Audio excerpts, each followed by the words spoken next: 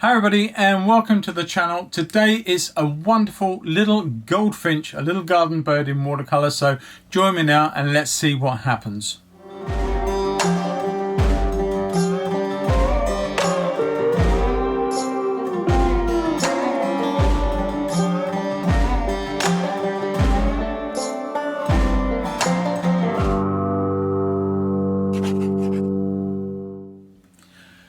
Hi everybody and welcome back to the channel. As I said at the start, it is a watercolor of one of our most iconic little garden birds, the goldfinch.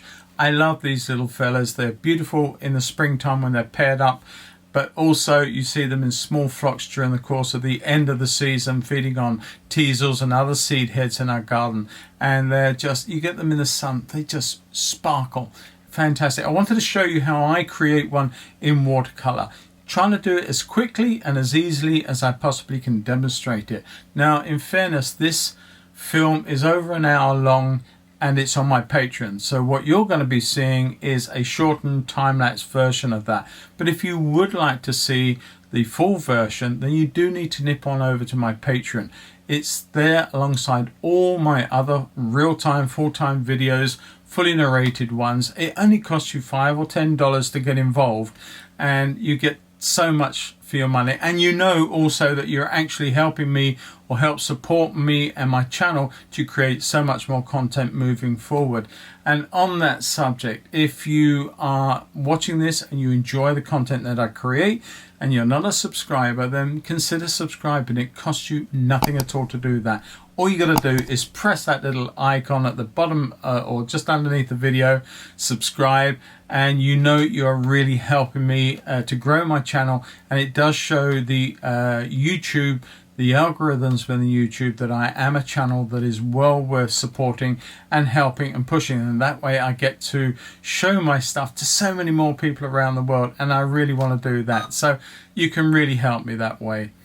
In the meantime, I do hope you get something from this video moving forward. So I'll catch each and every one of you in the next one. I have no idea what I'm going to be doing yet, but stay safe, have fun, happy painting. Catch you all very, very soon. Bye-bye for now. Bye-bye.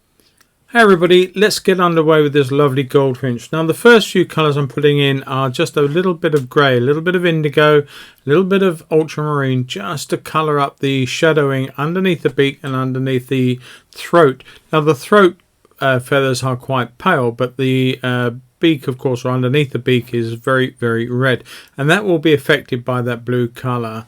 I'm using a different variety of siennas and Indian reds just to give that first initial wash over the body and down around under the wings towards the rump. And I'm also now just putting in a little bit more blue. I lifted some of that out because I felt that was a little bit too heavy. And now I'm coming in with some lovely browns, some lovely warm sienna textures coming down through the back and then bringing that round through to the front of the wing. The front part of the wing is going to be black. And of course I've got to be very careful that I do not go over any of the yellow. That is vital because that's really what makes this bird a goldfinch, is those beautiful, strong, cadmium yellow wing flight feathers that it carries. And it becomes a jewel with a red head too. So it's just wonderful to see this bird. I'm lifting a little bit of light out down the back now. I felt that it was a little bit too heavy, and it also allows me to put a little bit of darker values against that light further in. Now I'm just putting in the first of the dark marks that are on the secondary and primary feathers of this bird, being very, very careful to paint around and leave the little bits of white paper that are suggestive of those little wing markings, those little flashes. Now I did leave or take some of that off because I wanted the light to hit that side of the dark wing.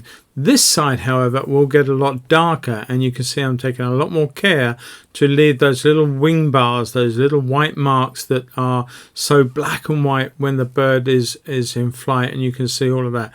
I'm being very careful to paint very on the edge of that primary feather, those 3 or 4 little white marks coming down to the tip of the feather and the tip of the wing. And that's the first part of that setup. I'm also using the same colors, which is predominantly indigo with a little bit of umber into that, but mainly it's indigo. But I'm coming down and around the wing, being very careful of that yellow area that's got to be remain white for the moment, and that will be put in later. But you can tell that that wing or that dark is really going to dry a lot more paler. And it's the same with the red head now. We're just putting the first coat, in a sense, the first part of the red, just to give me a base to work to. And now you can see how that blue or that pale color, now it's dried, is affecting that mask of the bird underneath the throat and the underneath the beak there, and you can see that it's slightly darker than the rest, and that we will use that and expand upon that further in. Now I've got to be very careful. I'm coming around just checking where the other flight feather comes underneath. They're crossing over and above the tail, so I must make sure that I don't lose that. But I'm using the same dark values onto the tail now and leaving the 1 or 2 whitish marks that you can see. And I'm lightening up as well areas. I do need that light to catch those darks, making them ever so subtly blue. Now under the rump I'm putting a little bit of violet just to give that a shadow. It's nothing much. I am blending it in, and all the time I am looking at sort of going over one layer after another. This is not a wet in wet really. This is more allowing areas to dry and putting the next layer over the top and refining the marks that you put in. I got in with a bit more russet, a little bit more brown, touch of violet and blue into that as well, just to keep it on the sort of duller side of vibrant, and I'm letting that get lighter as it goes towards that side of the bird. But you can see on this one I left a little bit of the color underneath to start to show some of the edges of some of the feathers up on the back and around the shoulders. I'm coming in with a little bit of a deeper color around that throat, a little darker and a little warmer as it comes around the shoulder of the wing there, coming down and watching my drawing very, very carefully as I go. I've left it a little bit out and I'm putting a little bit more violet in as it comes, and now a nice shadow dark buffy mark underneath those wings, and that really does help set that bird up, and it actually makes it look as though it's going around and underneath, and you're getting a nice dark shadow that is going towards the tail, around the rump or the vent feathers, and that's turning a little grayer, a little bluer. Now we're going to start looking at the dark on the face mask. This is quite a tricky thing to do because if you get it too dark it's just going to look like black and red, and you really need that mask to be the deepest, darkest red you can make it. So we're going to go in with a fairly dark indigo mix to start with, and you can see how it really didn't matter about that first blue coat that we put on. But I'm trying to be very careful. I'm putting a lot of vermilion into my dark too, so you can see how that is. Coming in close up, and you can see I'm just putting a little bit of dark indigo and letting that flood in the wet paint as it comes out towards the eye, trying to paint that eye extremely carefully. I really am. If one false move and the whole painting will have been for naught and it would have been wrecked. So I've got to be very, very careful here. But I do need to have a little bit of red going in just to suggest a fusion between the dark of the mask and the rest of it. I need a bit of light really to show up on my bird's red head. That's important. So all the paints that are going in now are reds and darks, but I'm lifting out some, darkening other bits off, and I really want that mask to be really very rich. Okay, so we're sort of probably halfway through nearly on the painting, and well, not quite actually, probably a third of the way through. And I'm just looking over the whole thing. I'm refining. I'm lifting a little bit of color out here, putting that dark mark around the back of the head, and that comes through as a very, very faint dark towards the back of the eye too, which we will be putting in. But that dark comes down to just above the nape of the neck. And now, okay, so let's crack on and get some color. And I'm not being too fussy. I'm not trying to portray leaves. I'm looking more at tone. I'm looking at the energy in the background to really set up the bird sitting there on this branch of this tree. So I'm able to leave a lot of those darks against the lights, and I can flood that green with yellow greens, dark greens, more blues or more yellows as I feel. Really dark now against that edge of the bird. And because that back is dry, you notice I left a little white line around the back black mark of the head because that wasn't quite dry. I will refine that further in, but coming down the back of the bird, working my way carefully around the wing flights, I can go right up to it because that part of the bird is dry. And I'm coming in with a little bit of the umbers now, a little bit of mauvey umbers to suggest the branch and the timber that the bird is actually sitting on. Carefully I'm working around those flights, but along the top edges of both the tail and the wing I left a very, very little margin of white paper so that it suggests that the light is catching both the tops of the wings and the tops of the tail there. And I will expect you will see that more when I go in with the next layer on those wings and that tail. But I just want my strokes to be very energetic, very vibrant. I'm using some splatter techniques and just using that whole thing to make the whole painting just a little bit more artsy. And you'll know that I'm not coming all the way down with the green in the front of the bird, just down to the leg there, and then taking it away. The green is somewhat lighter, more yellow into it. And I'm going to use some more aureolin and some more cadmium in the in fact no, I'm using Indian yellow here just to suggest a lot more light into those bits of foliage against the white paper.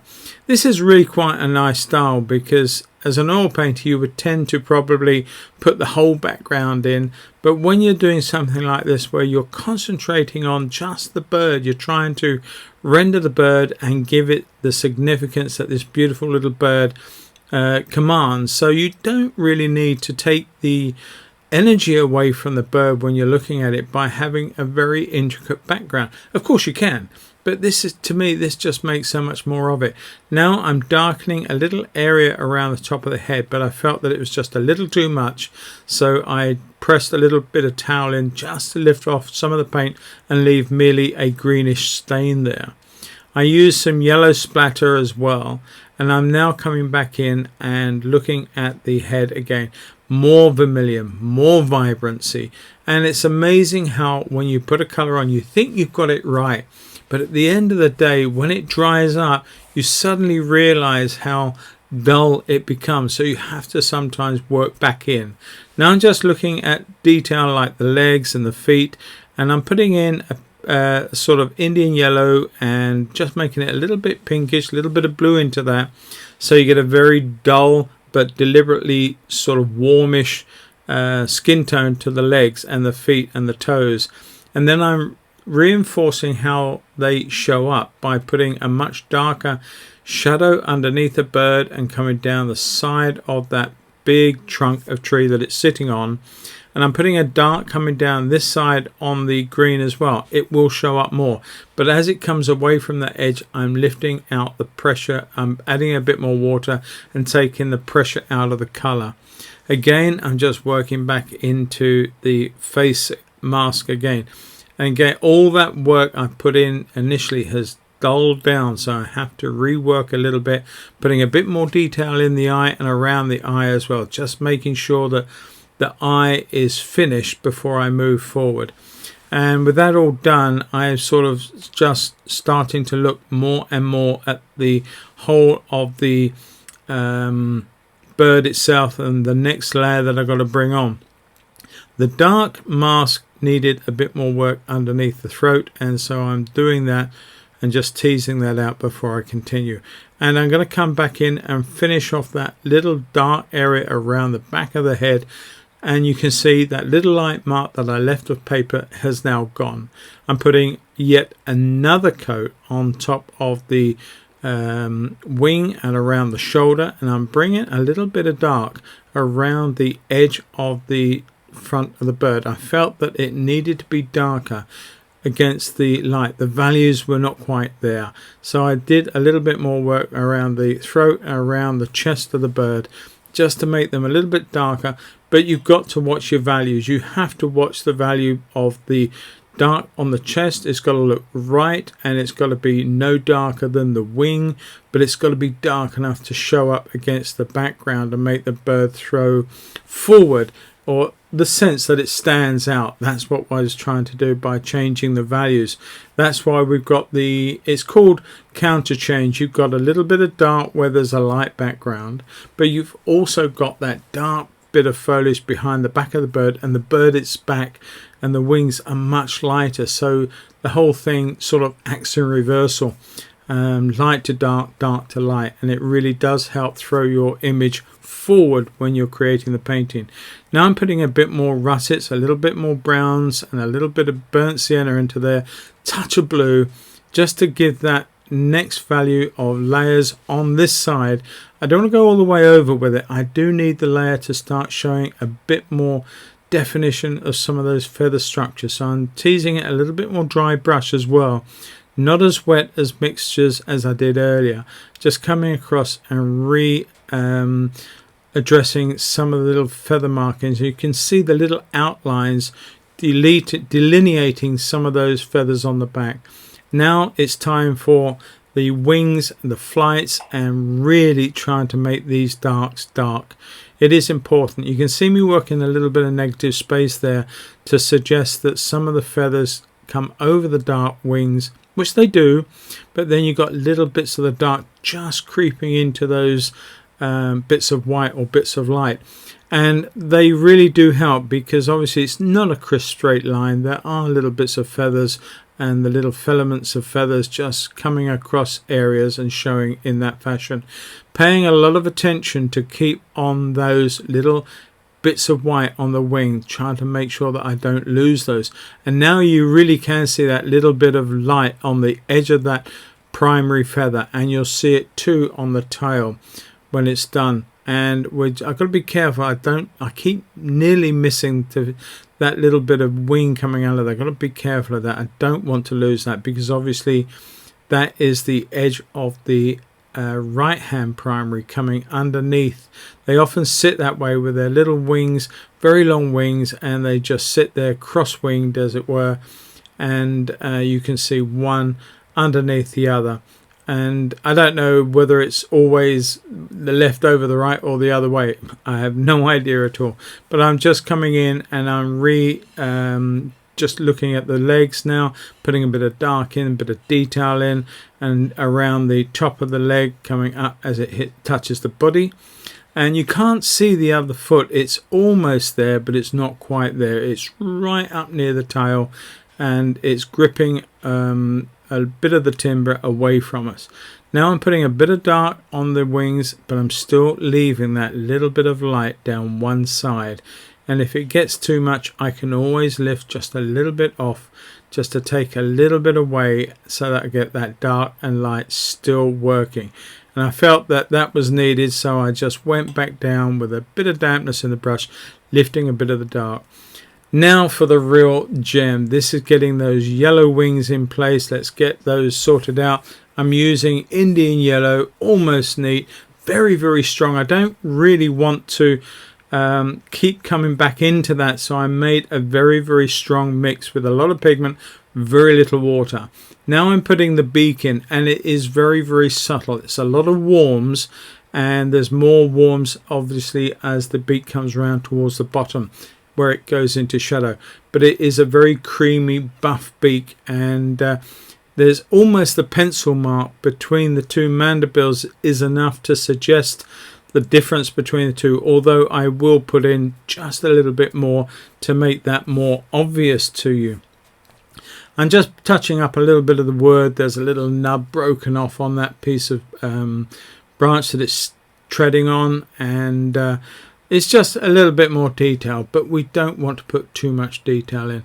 Now I'm just putting in a very subtle shade to the lead edges of some of those yellow feathers, just to make a little bit of difference, so it's not just one plain color. I just need it to have a little bit more detail, a little bit more information.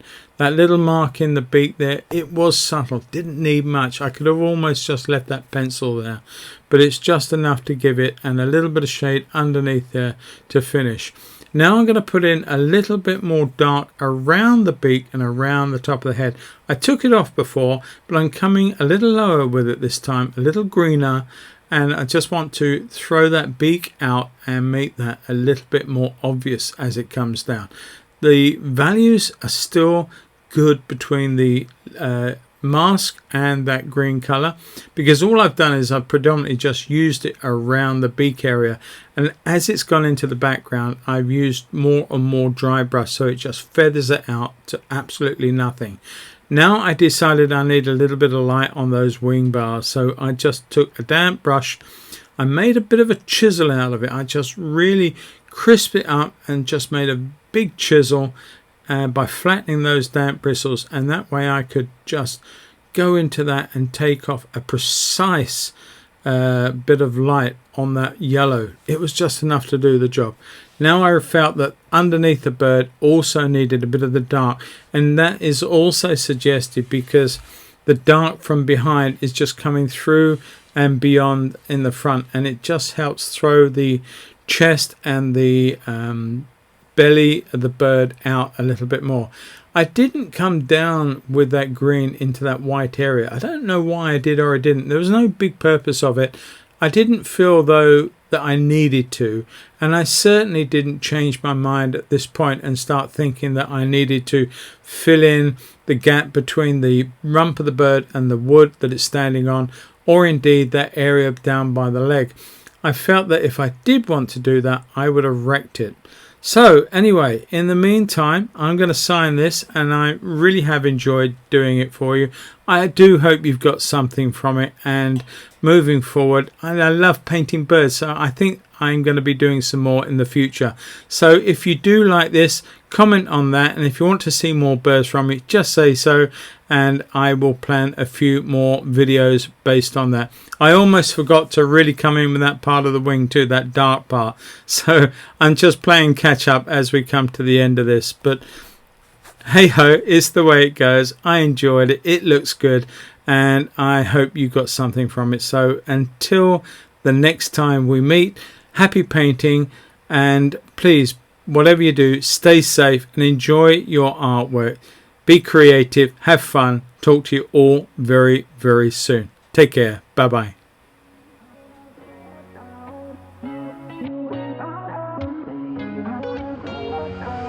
How did we end up here in the corner looking like enemies? We used to be the team people talk about, what a chemistry. I can see it in your eyes. You don't wanna talk anymore. I wanna get so numb while we enemies. No, you don't mind the way I stutter my words. You know exactly what it means and how it hurts. Oh, I can't believe you're here. Can't get any worse. No, I just wanna get out of here. I find it so hard to breathe, 'cause when you get too close, I lose my way and I freeze. I wish you knew